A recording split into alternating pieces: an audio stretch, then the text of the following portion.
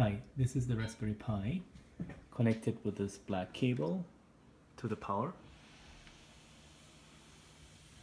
and on the other end connected with this micro USB to USB Ethernet adapter to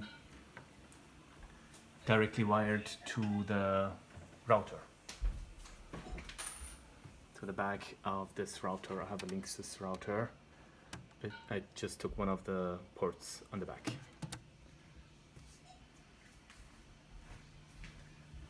And on the screen, I am using PuTTY to log into the Raspberry Pi, and I'm logged into the router. I was logged into the router and found there the address to use for PuTTY to log in.